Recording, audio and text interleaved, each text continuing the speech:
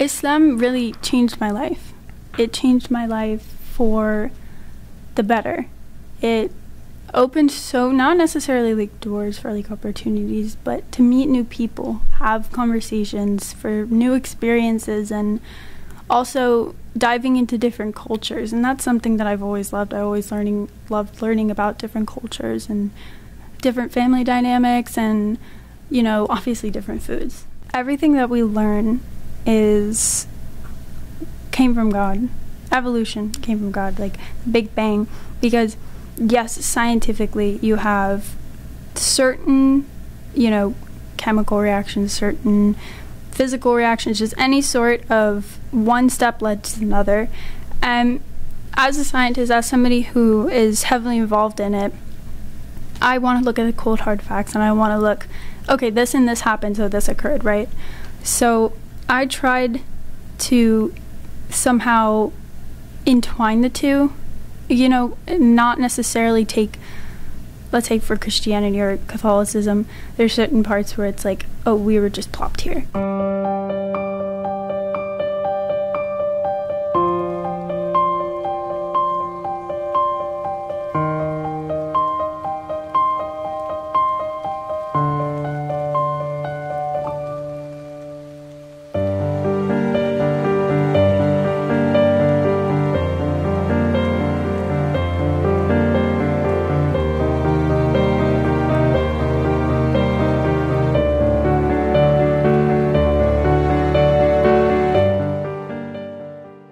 No, I met my best friend to this day, Arij, because of Islam. Like, we met because of a Finsta post, and I followed her and we just started talking. I told her I was Muslim, and she was like, what?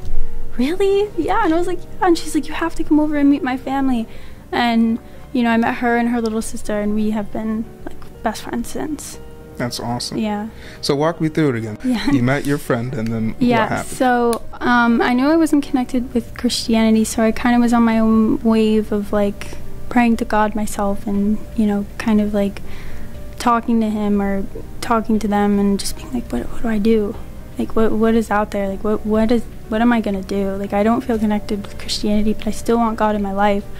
And I was kind of researching Judaism. You know, I really didn't practice it a whole lot. I didn't, you know, go that much into it because I was talking a lot to my ex at the time, and then he was just like, well, I can obviously tell you more about it if you want.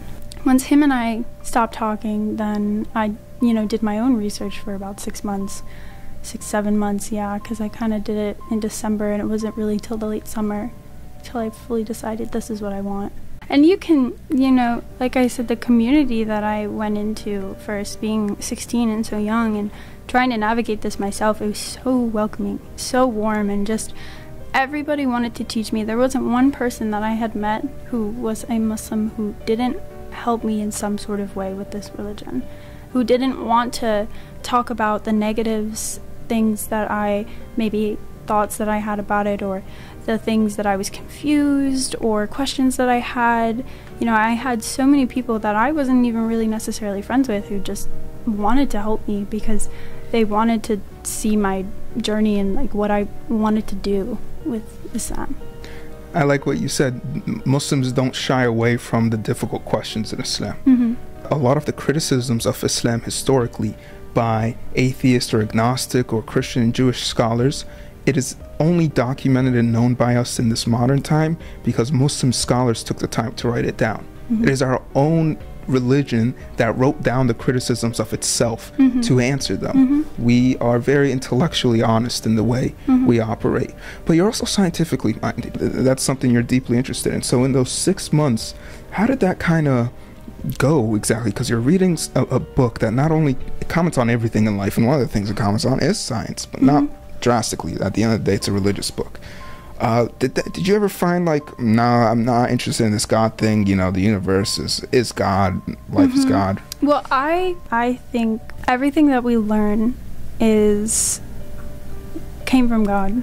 Evolution came from God, like Big Bang, because yes, scientifically you have certain, you know, chemical reactions, certain physical reactions, just any sort of one step led to another. And as a scientist, as somebody who is heavily involved in it, I want to look at the cold hard facts, and I want to look, okay, this and this happened, so this occurred, right? So I tried to somehow entwine the two, you know, not necessarily take, let's say for Christianity or Catholicism, there's certain parts where it's like, oh, we were just plopped here, like humans and stuff like that, and evolution doesn't exist. Some people think the world is 6,000 years old, which is not true.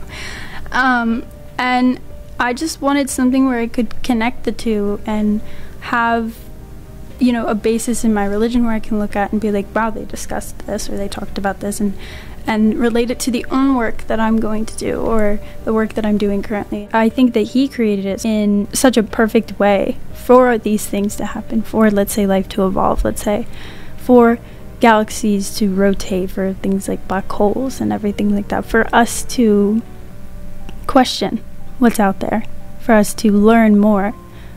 And, you know, I think I personally love that. I love it. I love tying in religion and science because personally I think they go hand in hand, because I think those are huge. I love reading the two and comparing them. The universe came to be in 10 to the negative 33 seconds. That's how fast it was, which is insane to think about, and to see that kind of tie-in with the Qur'an is very nice. And it's nice to, you know, have those two go hand in hand in a sense, because I'm in a major surrounded by a lot of people. Majority are like, okay, well, scientifically this and this happened, it's nothing else, you know. So I like connecting the two because it brings two worlds that I love so much together, you know. And the whole thing was like, we're certainly expanding it. That goes into the Hubble constant and how the universe is expanding and accelerating the further we get away, you know, from further we look, faster it's accelerating. When I was growing up Catholic, there was this quote from the Bible that the earth was made in like 7 days. And, you know, God brought light and day and all of that. And I was always confused about that as a child. I was always like, how did that, you know, that doesn't sound right. That doesn't seem like that works. But as I started learning more about physics and astronomy, I sat down and I think, I don't want to ever take that, or even in the Quran, as that literal, you know. I don't actually think that it happened overnight. I think it's more of a interpretation of the grand design of the universe as a whole. I would say you can apply that with the Qur'an and Islam, but not necessarily Christianity and the Bible. Islamically, before even scientists came out and said that the universe has been around for billions of years, Islamic scholars told us, and even in the Qur'an it tells us, that a day is not actually the day. Yeah. But Christian scholars had to actually make that revision after the scientific facts came out. While Islamic scholars made that analysis the moment they realized it. They're like, oh, 6 days. And then other places Allah says, your day is for me 1,000. And then, and 1,000 in Arabic doesn't necessarily mean 1,000. So Islamic scholars immediately, 1,000 years ago, were like, this doesn't actually mean 6 days. Yeah.